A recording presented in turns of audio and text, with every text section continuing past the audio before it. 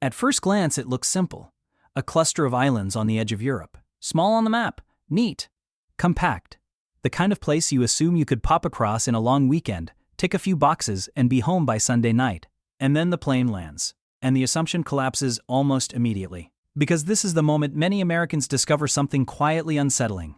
The United Kingdom is not, in fact, a small town. It only looks like one. Welcome back to my channel. If you're new here, please subscribe, like my video, and turn on notifications so you don't miss our next update. The misconception usually begins long before arrival, somewhere between a quick glance at a map and a sentence that starts with, "So we're thinking London, Scotland, maybe Ireland if there's time." It's said confidently, casually, as if these places are all just streets away from one another. As if Britain operates on the scale of a theme park. To British ears, this lands softly, politely, with restrained amusement, because we've heard it before. From the outside, the UK appears modest, especially when viewed from a country where a single state can swallow several European nations whole. But scale, as it turns out, is not just about distance, it's about density, history, and the quiet refusal of this island to be simple.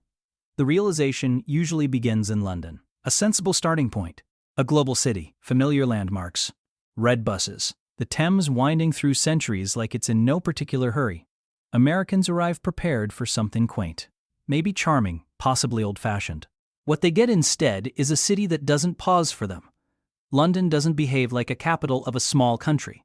It behaves like a world unto itself, vast, loud, restless, expanding in every direction with no interest in being walked end to end. A place where crossing the city can take longer than crossing entire American towns. And this is where the first crack appears. Because London alone already feels bigger than expected. And yet, London is not the UK. Not even close. At some point, someone asks how far Manchester is, or Liverpool, or Birmingham. They expect an answer measured in minutes. What they receive is hours. Train schedules, route options, the subtle British pause that says, "You might want to sit down for this." Distances in the UK don't reveal themselves honestly on a map. Roads curve. Landscapes interfere. Infrastructure follows history rather than logic. You don't travel through Britain in straight lines. You negotiate with it. This becomes especially clear when Scotland enters the conversation. Scotland, in the American imagination, often exists as a singular image. One accent, one look. A misty place somewhere north of London where castles appear conveniently beside one another. The reality is more expansive. The Scottish Highlands stretch wide and empty in a way that surprises people. Miles of land where nothing happens quickly. Roads that wind instead of rushing. Mountains that make you stop talking altogether. Suddenly, the UK doesn't feel small. It feels ancient and patient. Then there's Wales, frequently overlooked, quietly enduring this fact. Americans discover it almost by accident. A short journey west, they're told, an easy addition. And then the language appears on the road signs. Entirely unfamiliar. Defiantly Welsh. A reminder that this island does not speak with one voice, and never has. Northern Ireland adds another layer, another history, another identity, another set of assumptions undone. By now, the idea of Britain as a single, homogeneous place has fully dissolved. What remains is something more complex, a collection of nations held together by geography, history, and an ongoing argument about tea. And this is before we even address accents. Americans often arrive confident in their understanding of British English. They've watched the films, heard the newsreaders. They know what British sounds like, or so they think. Then they leave London. Suddenly, English becomes negotiable. A single train journey can transport you into an entirely different soundscape. Liverpool, Newcastle, Birmingham, Glasgow, Belfast, each accent distinct, each fiercely defended, each capable of reducing even fluent English speakers to polite nodding. This is usually when Americans realize the UK is not one culture slightly adjusted. It's dozens, layered, overlapping, occasionally arguing with one another, often at the pub. London, meanwhile, continues to confuse matters. From abroad, London is mistaken for Britain itself. Brits themselves will gently and repeatedly correct this. London is not England. England is not Britain. And Britain is not the UK. This distinction matters deeply, and not explaining it properly is practically a national sport. Outside the capital, life moves differently. Towns feel older, slower, less interested in impressing anyone. Cities carry industrial histories that still shape their character. Coastal villages feel weathered rather than polished. Countryside stretches on longer than expected, interrupting any remaining belief that this is all tightly packed together. Americans often express surprise at how rural the UK can feel, at how quickly cities give way to fields, at how many sheep there are. This is not an exaggeration. There are a lot of sheep. The landscape itself becomes a revelation. Rolling hills in the south, jagged peaks in the north, lakes that feel borrowed from postcards, coastlines that change personality every few miles. The UK contains multitudes, quietly, without advertising them too loudly. And then there's time.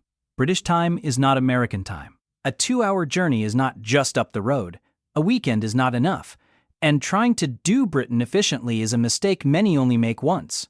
Trains are fast, until they aren't. Motorways exist, until they disappear into something narrower, older, and deeply uninterested in your schedule. Britain does not rush for anyone. It will let you be late and feel faintly embarrassed about it. Somewhere along this journey, Americans begin to recalibrate. The jokes soften. The surprise becomes respect. The idea of Britain as a charming footnote gives way to something heavier, something more real. This is a country layered with centuries, built on top of itself again and again. Every road has a story. Every city carries the marks of what came before. The small size, once assumed, now feels misleading. Britain isn't large in miles. It's large in memory. And this is perhaps the greatest misunderstanding of all. The UK isn't impressive because of how big it is. It's impressive because of how much it contains. How much has happened here. How many identities coexist without ever fully blending. How every place insists on being known on its own terms. By the time Americans leave, the language has changed. They no longer talk about seeing the whole UK. They talk about what they missed, what they didn't have time for, what they'd need another trip to understand. The small town has vanished completely. What remains is an island that refuses to be simplified, a place that rewards patience, curiosity, and the humility to admit that maps don't tell the full story. So the next time someone says the UK looks small, there's no need to correct them outright. Let them arrive. Let them travel. Let the country explain itself. And yet, even after the distances, the accents, and the landscapes have done their work, there is still a second wave of realization that tends to arrive much later. Because size is not only measured in miles, it's measured in detail. This usually happens in the smallest moments. Standing in a queue, ordering a coffee, asking for directions. Americans begin to notice that nothing here is quite as uniform as expected. The same shop name means different things in different towns. The same word carries different meanings depending on who says it. Even something as simple as a greeting can vary from street to street. In Britain, local identity is not a background detail. It's foreground, fiercely so. People don't just come from the UK. They come from Yorkshire, or Cornwall, or the West Midlands, or the Highlands, and they will correct you if you get it wrong. Politely, of course, but firmly. Food becomes another quiet shock. Not the stereotypes, but the variety. Dishes tied to regions, recipes tied to history. A full English that looks different depending on where you sit down to eat it. Suddenly, the idea of a single British culture feels increasingly inadequate. Even humor shifts. Dry becomes drier. Sarcasm becomes an art form. Silence becomes a response. Americans, used to enthusiasm as clarity, begin to read between the lines. They realize Britain communicates as much through what it doesn't say as what it does. And then there's history. Not the museum kind, but the everyday kind. Buildings older than entire American cities still in daily use. Pubs that predate countries. Streets shaped by decisions made hundreds of years ago that no one bothered to undo. The past isn't preserved here. It's occupied. This is often when the final illusion disappears. The UK isn't small because it was never meant to be consumed quickly. It's not designed for efficiency or summary. It reveals itself slowly, sometimes reluctantly, to those willing to pay attention. By the end, Americans don't talk about Britain as a place they've done. They talk about it as a place they've only just begun to understand. And that, perhaps, is the most British thing of all. Not big, not loud, just far deeper than it looks. So if the UK isn't a small town, what is it really? It's a collection of places that refuse to be reduced. A country that doesn't explain itself up front, and an island that quietly waits for you to realize you underestimated it. And if you've made it this far, there's only one thing left to ask. What part of Britain do people always underestimate first? Because judging by experience, they almost always do. And for those watching from Britain, you already know the question. What's the most surprising thing Americans get wrong about the UK?